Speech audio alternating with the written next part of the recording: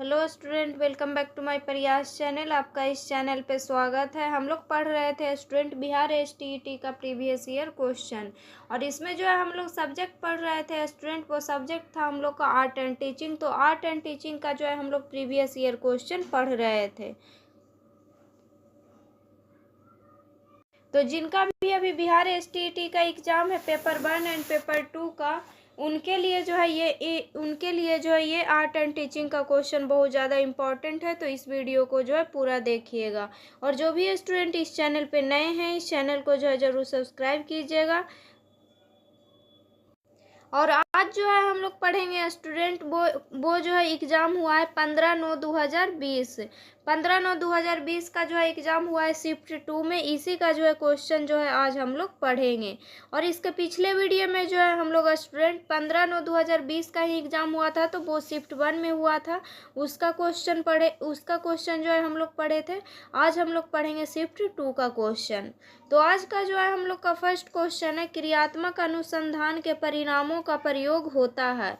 तो क्रियात्मक अनुसंधान के परिणामों का प्रयोग होता है, तो ये होता है अपनी कार्य प्रणाली सुधार में। किस में होता है? अपनी कार्य प्रणाली सुधार में होता है।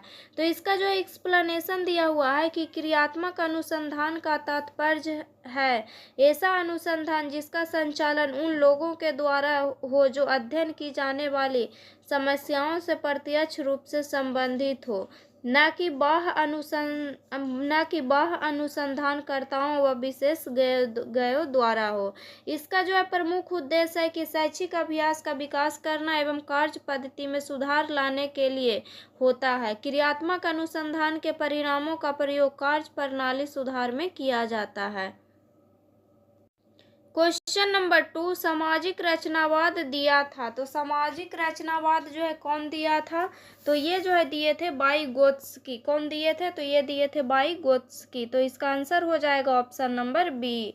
तो इसका जो है एक्सप्लेनेशन दिया हुआ है कि सामाजिक रचनावाद का विकास सोवियत मनोवैज्ञानिक लेव वाइगोत्स्की द्वारा किया गया था। इन्हें सामाजिक रचनावाद का जनक कहा जाता है। वाइगोत्स्की ने समर्थन किया कि सामाजिक परिस्थितियां और संस्कृतियां जिनमें लोग स्वयं को पाते हैं, सोच और ज्ञान निर्माण को जो है प्रभावित करती है।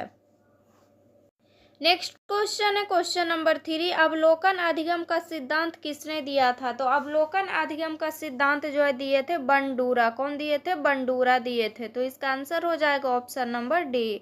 और अल्बर्ट बंडूरा जो है कौन थे? तो अल्बर्ट बंडूरा जो है एक अमेरिकी मनोवैज्ञानिक थे, जिन्होंने अवलोकन अधिगम सामाजिक अधिगम सिद्धांत का प्रस्ताव दिया, जिसमें बंडूरा ने बताया कि संज्ञानात्मक और समस्या समाधान के कौशल को दूसरे को देखकर और उनकी नकल करके सीखा जा सकता है।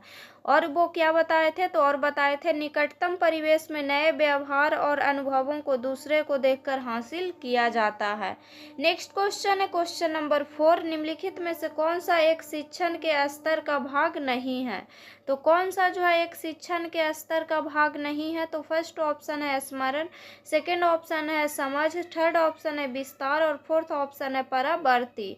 तो इसमें जो है शिक्षण के स्तर का भाग नहीं है, तो वो जो कौन नहीं है? तो विस्तार नहीं है। तो इसका आंसर हो जाएगा option number C. Question number 5, पढ़ाने से पहले शिक्षक करता है। तो पढ़ाने से पहले जो है शिक्षक क्या करता है?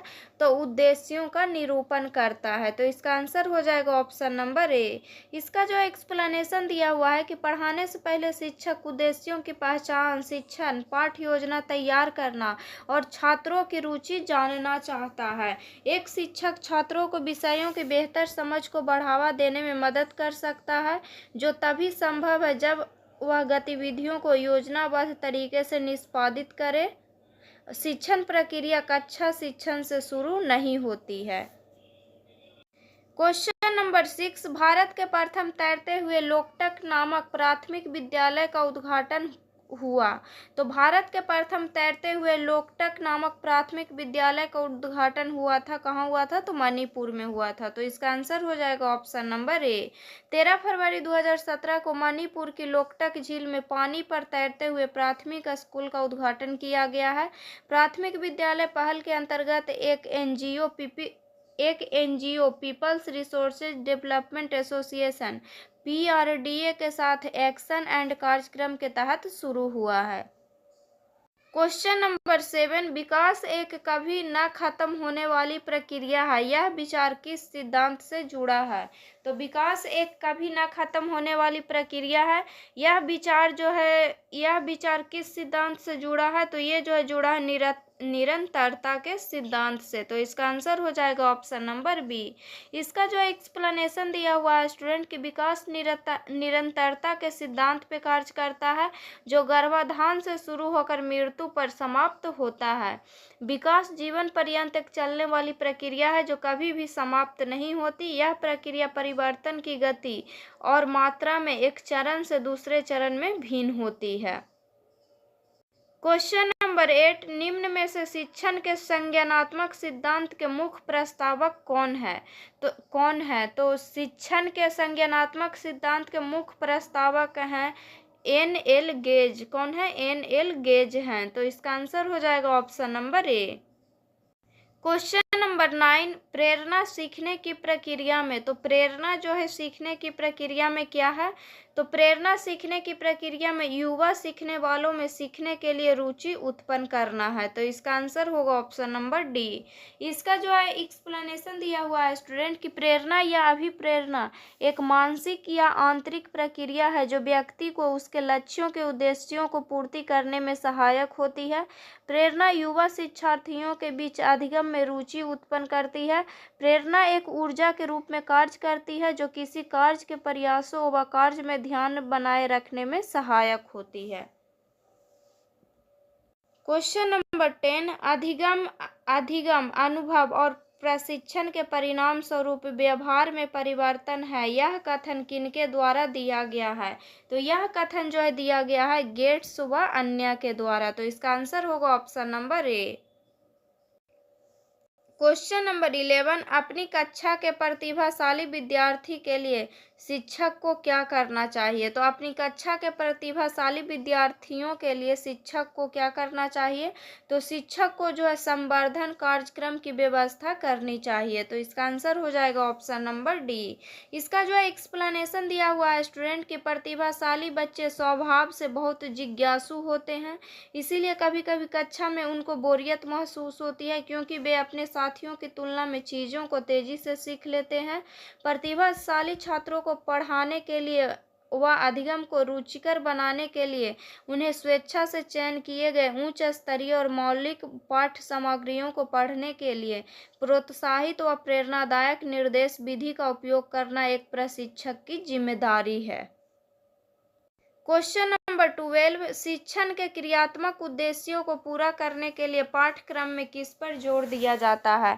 तो पाठ्यक्रम में जो है जोर दिया जाता है क्रिया एवं प्रयोग का। तो इसका आंसर हो जाएगा option number B. Question number 13, छात्रों के लिए कौन सी विशेषता सर्वाधिक महत्वपूर्ण है? तो छात्रों के लिए कौन सी विशेषता सर्वाधिक महत्वपूर्ण है? तो फर्स्ट ऑप्शन है अच्छा व्यवहार, सेकंड ऑप्शन है स्वतंत्र चिंतन, थर्ड ऑप्शन है आज्ञाकारिता और फोर्थ ऑप्शन है कड़ी मेहनत।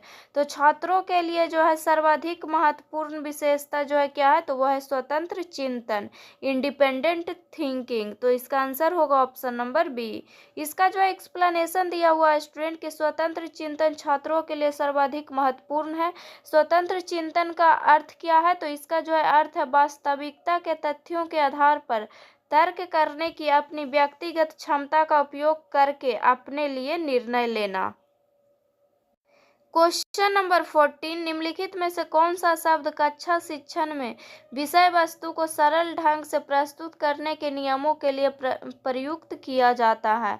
तो कौन सा शब्द जो है किया जाता है? तो ये किया जाता है शिक्षण सिद्धांत। तो इसका आंसर हो जाएगा ऑप्शन नंबर बी।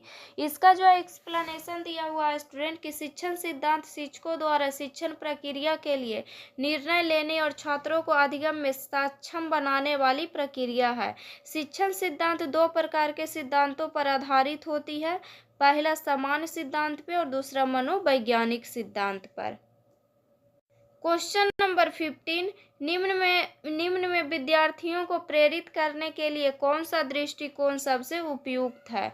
तो विद्यार्थियों को प्रेरित करने के लिए कौन सा दृष्टिकोण जो है सबसे उपयुक्त है, तो उपयुक्त मार्गदर्शन करना, ये जो है सबसे उपयुक्त है। तो इसका आंसर हो जाएगा option number B. Next question है क्वेश्चन नंबर 16, निम्न में से किन्हें हम मनोविश्लेषण के पिता के रूप में जानते हैं। तो मनोविश्लेषण के पिता के रूप में जो है किनको जानते हैं, तो फ्रायड को जानते हैं। किनको जानते हैं, फ्रायड को। तो इसका आंसर हो जाएगा ऑप्शन नंबर डी। इसका जो है एक्सप्लेनेशन दिया हुआ है स्टूडेंट कि सिगमंड फ्रायड को मनोविश्लेषण विज्ञान का जनक कहा जाता है। मनोविश्लेषण के 3 उपयोग है। कौन कौन जो है 3 उपयोग है, तो पहला उपयोग है यह मस्तिष्क की परीक्षा की विधि प्रदान करता है। दूसरा उपयोग है यह मानव व्यवहार से संबंधित सिद्धांतों का क्रमबद्ध समूह प्रदान करता है। और तीसरा जो उपयोग है वो क्या है, तो यह है कि यह मनोवैज्ञानिक या भावनात्मक रोगों की चिकित्सा के लिए उपाय सुझाता है। क्वेश्चन नंबर 17, एक शिक्षक को बच्चों को सिखाते समय निम्न में से किस पर ध्यान देना चाहिए। तो एक शिक्षक को जो है बच्चों को सिखाते समय निम्न में से किस पर ध्यान देना चाहिए। तो फर्स्ट ऑप्शन है कक्षा के आकार, सेकंड ऑप्शन है शिक्षण पद्धति व निर्देशन, थर्ड ऑप्शन है बालकों का वर्गीकरण और फोर्थ ऑप्शन है उपयुक्त सभी। तो ये सभी जो है जितना भी दिया हुआ है स्टूडेंट की कक्षा का आकार, शिक्षण पद्धति एवं निर्देशन, बालकों का वर्गीकरण, ये सभी पर जो है एक शिक्षक को बच्चों को सिखाते समय ध्यान देना चाहिए। तो इसका आंसर हो जाएगा ऑप्शन नंबर डी, उपयुक्त सभी। क्वेश्चन नंबर 18, सहयोगी कक्षा के लिए कौन सा कथन सही है। तो फर्स्ट ऑप्शन दिया हुआ है सहयोगी कक्षा के लिए, इसमें पूछा है। तो फर्स्ट ऑप्शन है छात्र एक दूसरे के साथ प्रतिस्पर्धा करते हैं, नहीं, ये गलत है। सेकंड ऑप्शन है छात्रों को विचारों की प्रस्तुति और स्वतंत्रता पूर्वक एक दूसरे से चर्चा करने के अवसर, तो ये सही है। तो इसका आंसर हो जाएगा option number B. Next question है क्वेश्चन नंबर 19, निम्नलिखित में से कौन सा विकल्प शिक्षक को कम विद्यार्थी वाली कक्षा में शिक्षण को अधिक प्रभावी बनाने के लिए प्रयोग में लाना चाहिए। तो फर्स्ट ऑप्शन दिया हुआ अधिगम संबंधी समस्याओं की पहचान करना, सेकंड ऑप्शन है छात्रों पर व्यक्तिगत ध्यान देना, थर्ड ऑप्शन है अनुदेशन को छात्रों के बीच की विभिन्नताओं को ध्यान में रखकर बनाना, और फोर्थ ऑप्शन है उपयुक्त सभी। तो इसका आंसर हो जाएगा उपयुक्त सभी, ऑप्शन नंबर डी। इसका जो एक्सप्लेनेशन दिया हुआ है स्टूडेंट की अधिगम संबंधी समस्याओं की पहचान करना, छात्रों पर व्यक्तिगत ध्यान देना और अनुदेशन को छात्रों के बीच की विभिन्नताओं को ध्यान में रखकर बनाना शिक्षक को कम विद्यार्थी वाली कक्षा में शिक्षण को अधिक प्रभावी बनाने के लिए प्रयोग में लानी चाहिए। क्वेश्चन नंबर 20, सीखने की अंतर्दृष्टि सिद्धांत को प्रोत्साहित किया गया। तो सीखने की अंतर्दृष्टि सिद्धांत को प्रोत्साहित किया गया है गेस्टाल्ट सिद्धांतकारों के द्वारा। तो इसका आंसर हो जाएगा option number A. Question number 21, बच्चे के संज्ञानात्मक विकास हेतु उत्तर स्थान है। तो बच्चे के संज्ञानात्मक विकास हेतु उत्तर स्थान क्या है। तो फर्स्ट ऑप्शन है खेल का मैदान, सेकंड ऑप्शन है सभागार या ऑडिटोरियम, थर्ड ऑप्शन है घर, और फोर्थ ऑप्शन है विद्यालय एवं कक्षा का वातावरण। तो इसमें जो है होगा विद्यालय एवं कक्षा का वातावरण। तो इसका आंसर हो जाएगा ऑप्शन नंबर डी।